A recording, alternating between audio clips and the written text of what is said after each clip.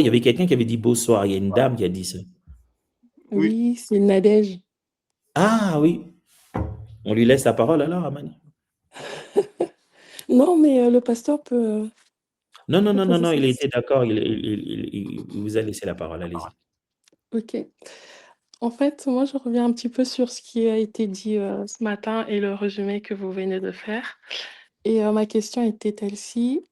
Est-ce que y a-t-il un symbole ou y a-t-il un lien entre ce puits et le fait que Jésus parle de l'eau? Invoque en fait la soif à la dame. Est-ce qu'il y a un symbole, il y a un lien? Parce que là, j'ai l'impression qu'il y a deux soifs au fait. Soif parce que Jésus est fatigué et la dame soif parce que ben, peut-être que elle est fatiguée elle aussi de venir puiser de l'eau, qu'elle aimerait avoir une soif physique et une soif spirituelle. Donc voilà, c'était ça ma question. Est-ce qu'il y a un symbole, il y a un lien par rapport à ce puits? Absolument. Le symbolisme est très fort. Jésus-Christ arrive et il s'assied au puits. Jésus faisait ça plusieurs fois pour montrer la différence entre l'ancienne et la nouvelle alliance, pour montrer la différence entre ce qui était passager et ce qui était éternel. Jésus arrive, il s'assied à côté du puits de Jacob. N'oublie pas, ça c'est l'ancienne alliance, la première alliance, le Dieu de Jacob, le Dieu d'Israël. Il s'assit sur le puits de Jacob pour démontrer que c'est lui l'eau de vie et pas le puits de Jacob. Et il fait ce jeu-là lorsqu'il arrive à la piscine de Bethesda. Il ne touche pas tout le monde, il va toucher une seule personne. C'est pour montrer que la guérison est arrivée, on n'a pas besoin d'attendre les anges qui viennent là-bas. Jésus s'assied là-bas symboliquement parce que la femme lui rappelle, il lui dit, tu vas me donner de l'eau, où est-ce que tu vas trouver ça? Es-tu plus grand que notre père Jacob qui nous a laissé ses puits?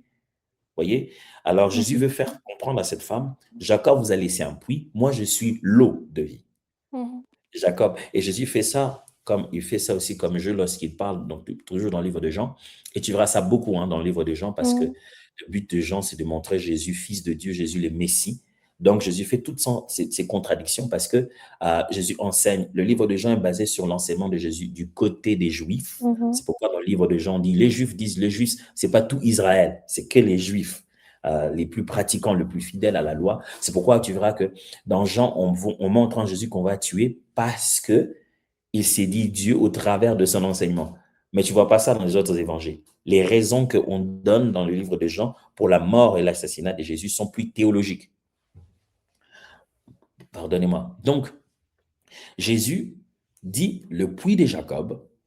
Et je disais tout ça pour faire référence, par exemple, à la fois il parle de pain et de manger, de la manne. Il dit, Moïse ne vous a pas donné le pain de vie. Il vous a donné la manne dans les déserts, mais il ne vous a pas donné le pain de vie. Je suis le pain de vie. Tu vois? Jésus Mhm. fait tout ça, beaucoup ces jeux-là dans le livre de Jean. Et là, il veut démontrer qu'il est l'eau de vie. Il est l'eau de vie. Pourquoi il dit ça? Il veut leur démontrer que leur vraie soif n'est pas physique. Le vrai besoin est intérieur. Je reviens encore au jeu de mots que Jésus fait avec le pain. Vous savez pourquoi il fait ce jeu de mots avec le pain? C'est parce qu'ils viennent de vivre le miracle de multiplication de pain et ils cherchent Jésus encore. Jésus leur dit, mais vous me cherchez à cause du pain. Vous n'avez même pas compris les miracles de Dieu derrière ça. Donc le Mhm. pain, c'est pas vos pères ont mangé le manne dans le désert et ils en sont morts malgré ça. Donc Jésus va leur montrer, écoutez, il y a quelque chose dans le cœur de l'homme qui ressemble exactement à ce que nous appelons au niveau du corps la faim. Mhm. Alors, c'est une chose qu'il faut beaucoup suivre quand Jésus enseigne. Jésus enseigne des principes spirituels en se basant sur leur équivalent physique. Il va enseigner quelque chose qui, dans le physique, s'appelle la faim. Mais nous, les hommes, on dit que Jésus nous parle d'une faim spirituelle. Je sais pas si Ok. j'étais perdu là, Nadège, non? Non, non, non, pas du tout, non, je vous suis très bien. Alors, donc, ça signifie que ce n'est que par extension, c'est par faiblesse de langage que nous disons que l'homme a une faim spirituelle ou l'homme a une soif spirituelle. Mhm. Parce que la chose en soi, c'est un besoin beaucoup plus profond que celui d'un besoin de base. Il Ok. y a dans l'homme une dépendance incontournable Mhm. avec Dieu. Ok. Qu'est-ce qu'il y a d'autre qui, dans l'homme, pourrait montrer ce type de dépendance? C'est manger. Si l'homme ne mange pas, il finit par Mhm. mourir. C'est Mhm. boire. Si l'homme ne boit pas, il finit par mourir. En fait, ce ne sont que des expressions de ce degré de dépendance. Jésus dit, vous ne pouvez rien faire. C'est toujours dans Jean qu'il dit ça. Sans moi, vous ne Mmh. pouvez rien faire. Et dit, je vous suis tellement indispensable. Alors, qu'est-ce qui était si indispensable que même une femme de mauvaise réputation, qu'aucune autre femme ne veut aller aider pour aller prendre de l'eau, doit prendre son courage de traverser la ville avec la honte et les regards qui la fusillent, aller Mmh. néanmoins, malgré sa mauvaise réputation, parce que le besoin est si important. Eh bien, de l'eau. OK. Et Jésus est justement là-bas pour lui dire, ton besoin est plus grand que celui-ci. Mmh. Ton Imagine-toi la femme apprendre qu'elle n'aura plus à se taper toute, cette honte de traverser la ville pour aller sortir, être la seule à puiser son eau, pendant que toutes les autres femmes s'élancent des petits cris pour dire: «Attention, la voleuse de Marie est là». Ça, c'est moi qui ajoute. OK. Mais imaginez que je peux boire de l'eau maintenant et ne plus jamais avoir à me taper cette honte. La femme, au moment où elle dit: «Donne-moi de cette eau», elle s'attend même pas à ce que l'eau soit spirituelle. Se OK. dit: «Si une version d'une eau qui peut me débarrasser de ma honte, qui peut me Mmh. débarrasser de ma douleur». Vous voyez bien que quand à peine Jésus lui parle de sa vie personnelle, elle va dire à tout le monde: «Quelqu'un m'a Mmh. dit tout ce que je faisais». Au fond, et avait cette culpabilité dans son cœur, au fond, en même temps, elle avait besoin d'aide. Mmh. Donc, vous pouvez bien résumer en disant qu'il y a un jeu qui s'est fait là entre la soif de la femme et le fait que Jésus lui demande de l'eau. Jésus, en OK. lui demandant de l'eau, son but, ce n'est pas de démontrer qu'il avait soif, parce que vous vous rendrez compte que lorsque les disciples viennent, ils disent à Jésus: «Ah, Rabbi, mange». Il dit: «Non, ça va. J'ai eu à Mmh. manger une nourriture que vous ne connaissez pas». Donc, même la demande de l'eau pour Jésus, ce n'était pas parce qu'il avait soif. Non. La demande de l'eau pour Jésus, c'était pour introduire une conversation, une OK. très, très bonne conversation. Mmh. Et, et la psychologie dit ceci, la meilleure façon de pouvoir mettre un argument de son côté, ce n'est pas de l'affirmer, mais de le questionner. OK. C'est-à-dire, quand tu sais que tu as raison, tu n'as pas besoin d'affirmer. Moi, j'ai de l'eau pour que je vais te donner, mais introduis ton affirmation par une question. Question. Et donc, la meilleure façon de aborder un argument fort, c'est de questionner. Et cette question a ouvert complètement une longue et bonne conversation. J'espère que ma réponse a été utile. Oui, la réponse, elle a été claire. Merci. Ouais, d'ailleurs. Je crois que Nadège, elle a trouvé la stratégie. Je pose ma question avant qu'on me pose. Donc, Non, pas du tout, pas du tout. Mais en fait, c'est vraiment la partie qui m'a beaucoup plus interpellée toute la journée.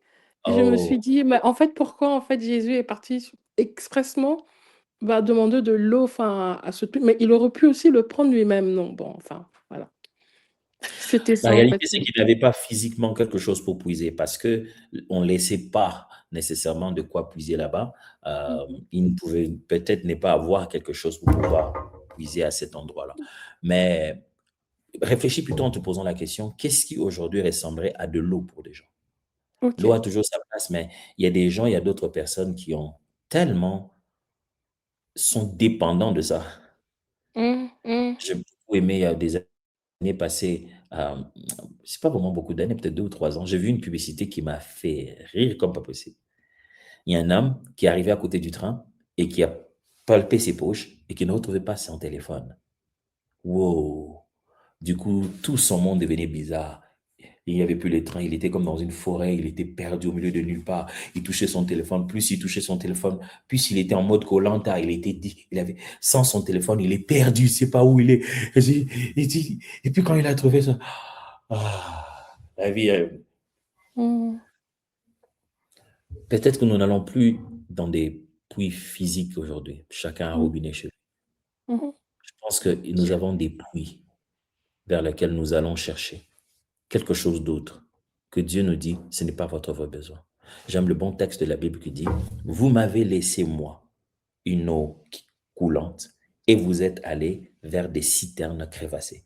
Mmh. Dieu dit que je suis celui qui donne une eau pure, une eau qui se renouvelle, et vous, vous avez préféré aller vers d'autres sources qui vous, qui vous produisent des sensations passagères. Mmh.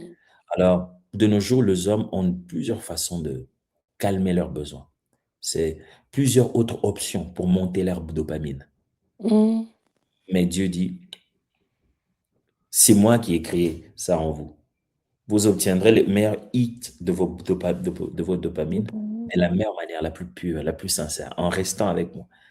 Au lieu de trouver ces en attendant, ces à peu près qui vous amènent dans une forme d'addiction. D'accord, OK. Merci beaucoup. De rien. Quelqu'un d'autre? Moi, j'avais juste par rapport à ce que vous venez de dire, docteur, juste une petite question. Je me pose la question, pourquoi est-ce qu'il dit, si vous buvez de cette eau, vous n'aurez plus soif? Parce que de ce que j'ai compris, donc ça représente, enfin, il prend l'exemple de la soif pour décrire un peu l'état de l'homme qui dépend du Seigneur. Mais Mmh. je comprends pas vous n'aurez plus jamais soif parce qu'on dépendra toujours du Seigneur et on a toujours soif de plus de lui. Donc, enfin, je comprends pas. En fait, parce que la soif que la femme a, le besoin que l'homme a, il veut le satisfaire. Il veut que ça s'épuise. Il veut qu'une fois il a pu boire, à ce moment-là, vous n'avez plus soif pendant un moment. C'est passager, après vous allez avoir soif après. Mais l'idée de Jésus-Christ, ce n'est pas vraiment de se coller à 100% à l'analogie de l'eau. Il veut juste montrer le besoin qui est satisfait et satisfait intégralement. Et pour cette femme qui s'est dit, l'eau venir puiser est devenue ma routine la plus humiliante, arrêtez d'avoir ces problèmes. C'est bien. Jésus est en train de lui dire, si je te donne de mon eau, ce problème va s'arrêter. C'est ça l'idée de Jésus. Il n'est pas en train de dire que après tu n'auras plus soif de Dieu. Non, il veut dire que tu seras littéralement comblé vis-à-vis de ce problème-là. Le problème n'est pas dans sa relation avec Dieu d'abord, non. Il dit Dieu va te combler. Quand Dieu te comble, tu commences à avoir besoin de lui, plus besoin de la même eau. Je sais pas si je me fais comprendre.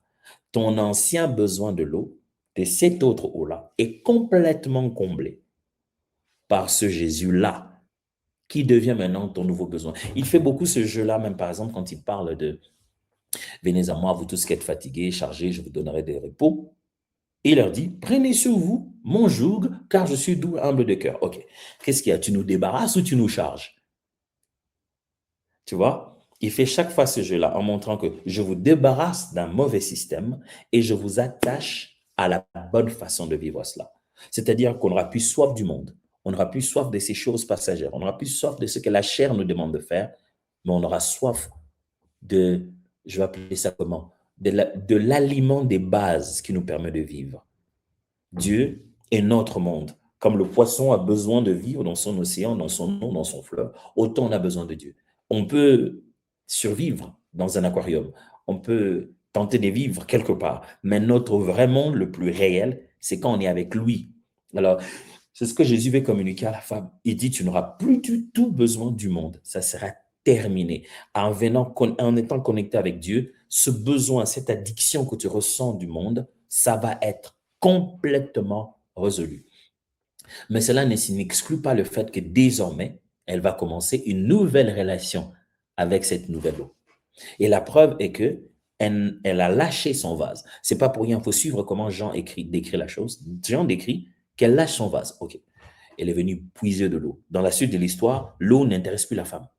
Elle lâche son vase, elle va chercher les gens et ils viennent. On sent qu'elle est comblée, elle est débordante d'ailleurs. Elle déborde tellement. Souvenez-vous, Jésus avait dit ça.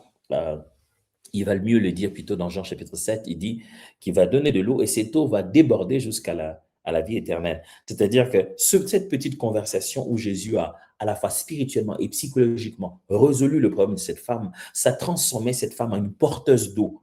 Et cette eau qui débordait jusqu'à la vie éternelle, c'était le message qu'elle a commencé à dire à tout le monde. Venez voir quelqu'un, venez voir quelqu'un. C'est un peu ça.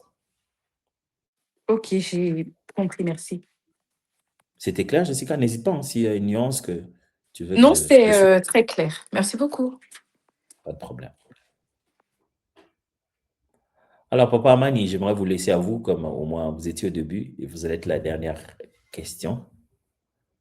C'est peut-être une question qui n'allait directement pas dans le sens voilà, du passage, parce que toutes les questions de tout à l'heure vont directement dans le sens du passage, mais c'est une question qui m'avait été posée par un frère, je veux dire, euh, qui, qui voulait en fait savoir, qui se disait, est-ce que l'approche de la mission de Phila, celle qui est, ben, selon lui, la lecture qu'il avait faite, c'est que la mission de Phil a été centrée sur, beaucoup plus sur un impact social.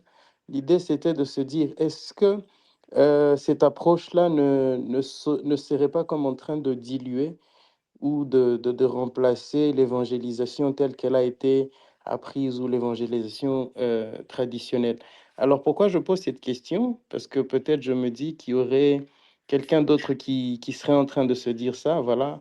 Voilà, si on adopte cette mission, si on s'aligne sur cette mission, il sera peut-être pas essentiel de pouvoir se déployer pour l'évangélisation traditionnelle comme cela a été fait dans le temps. Et ce serait une bonne excuse, quoi, pour quelqu'un, pour se dire, voilà, je me mets à carreau de tout ça. Donc, c'était Mhm. juste ça, quoi. Super. Merci Mm. beaucoup, Papa Mani. En fait, c'est tout le contraire.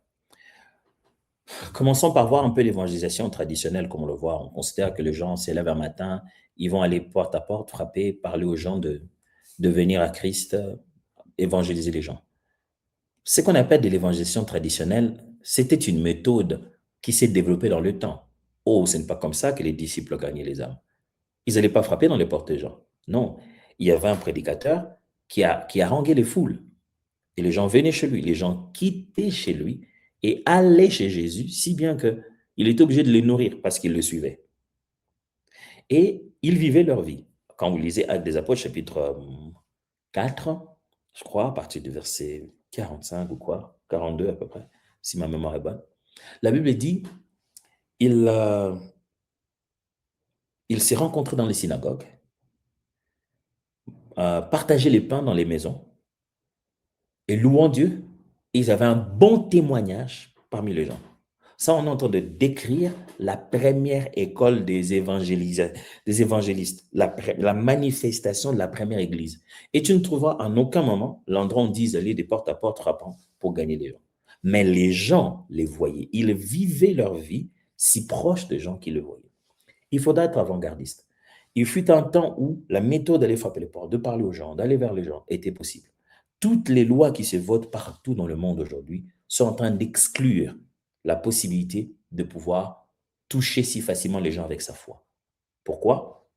Les lois sur le prosélytisme, les lois sur la laïcité, les lois tralala, tralala, tralala. Aller faire ce qu'on appelle de l'évangélisation traditionnelle, mon ami, ça reste à une certaine génération. Il y a une génération aujourd'hui, à peine vous commencez la conversion, si on te dit, ah, tu essaies de me convertir, je vais pas venir dans votre église. En fait, ce qu'on appelle de l'évangélisation traditionnelle, comme on l'a connu avant, c'était une solution du moment. Là où on a eu la brèche, il faudrait qu'on soit capable de se rendre compte qu'il n'y a pas que ça comme solution. Et d'ailleurs, il faudrait revenir à des solutions plus pratiques. Les églises des maisons. Imaginez-vous que les gens, quand vous étiez chrétien, on devait savoir, ça pouvait vous causer des problèmes parce que vous êtes chrétien. Alors donc, vous ne devez pas être celui que tout le monde connaît qui va frapper dans les portes des gens. Les gens se cachaient pour dire qu'ils sont chrétiens. Ils avaient comme symbole de placer un petit signe de poisson. Et c'est là que les gens se fait que, ah, il y a un signe de poisson, certainement dans cette grotte que les chrétiens se rencontraient. C'est pas pour rien que dans la première église, la plus grande le grand nombre de, j'ai appelé ça comme ça, des pasteurs d'église étaient des femmes. Parce que c'est dans la maison des femmes que les gens venaient. Alors, ça ressemblait à une réception, une femme s'occupait de tout le monde et tout. Or, c'était une réunion de prière. Et cette habitude-là s'est fait jusqu'aujourd'hui. Jusqu'aujourd'hui, au Maroc, à cause du prosélytisme, certains chrétiens se rencontrent avec une télévision allumée, comme si c'était un match de foot. Ils regardaient un match de foot sans Bible. Le prédicateur disait à tout le monde, écoute, je vais prêcher sur Matthieu chapitre 12, un tel, et chacun venait avec le verset dans la tête. Ok, Matthieu chapitre 12, le frère Matthieu se mettait à dire tout Matthieu. Esther chapitre 4, la sœur en charge d'Esther dit tout le verset que vous voulez. De sorte que si la police entre, on est tous en train de regarder un match de foot et en train de rigoler. Or, c'est le culte. Alors, je pense que traditionnel ne signifie pas biblique. C'est là qu'il faut commencer à faire la différence. Ce qu'on a vu et a vécu jusqu'ici pendant longtemps ne signifie pas que c'est ça ce que seule la Bible nous recommande de faire.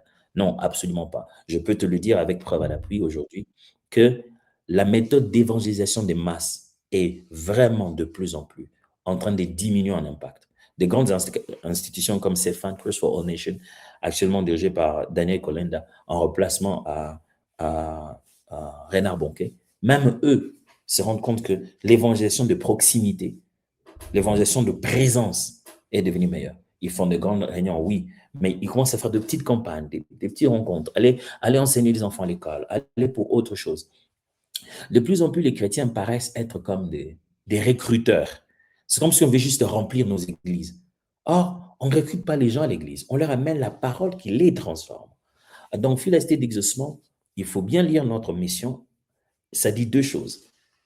La parole, l'esprit, afin que la vie de Christ se manifeste personnellement, d'abord, et socialement au travers.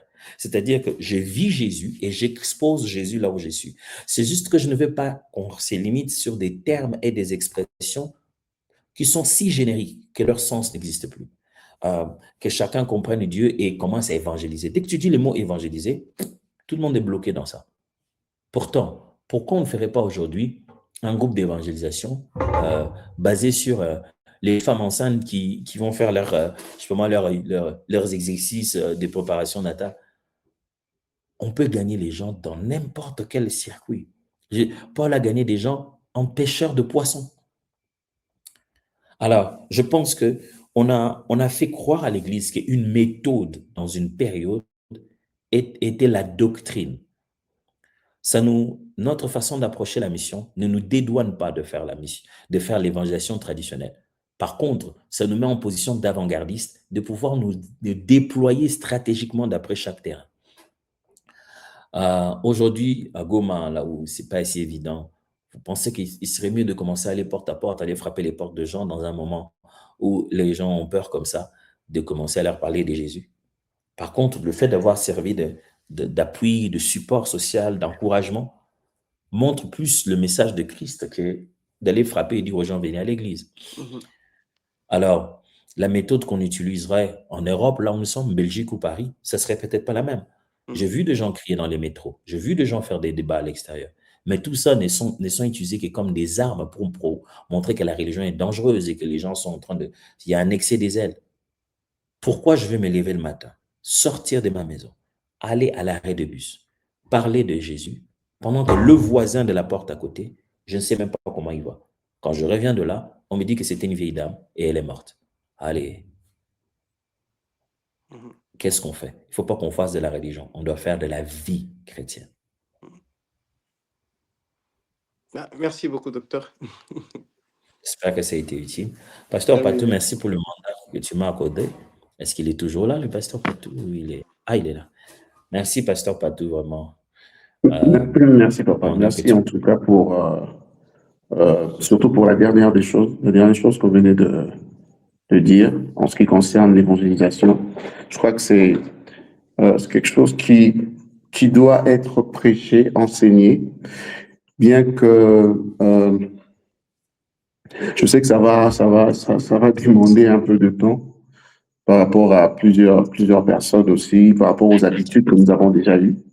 Et en parler ainsi, c'est très capital et très important.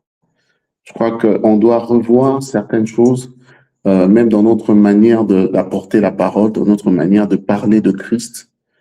On se lance des défis dans le sens où, par exemple, vous parlez de métro, train, quelqu'un qui vient, qui commence à parler « Jésus vous aime, Jésus, donnez votre vie à Jésus », tout ça. Et quand on finit tout ça, on rentre à la maison, on se dit, ben voilà, j'ai bien évangélisé, donc j'ai vraiment mis tout le monde à terre, donc j'ai mis tout le monde KO d'une certaine manière, et Jésus est entré dans la vie. Et j'ai aimé ce que vous venez de dire sur, ce n'est pas de la religion, mais c'est une vie. Et j'aime ce que nous disons à Fila Cité d'Exaucement, nous cultivons la vie de Christ, cultiver la vie de Christ. C'est ça, c'est que nous avons, et j'ai beaucoup aimé cette dernière partie-là. En tout cas, merci beaucoup. Merci beaucoup, docteur. Votre micro est fermé. Votre micro est... Je disais, merci beaucoup. Je te laisse diriger la suite et prier avec tout le monde.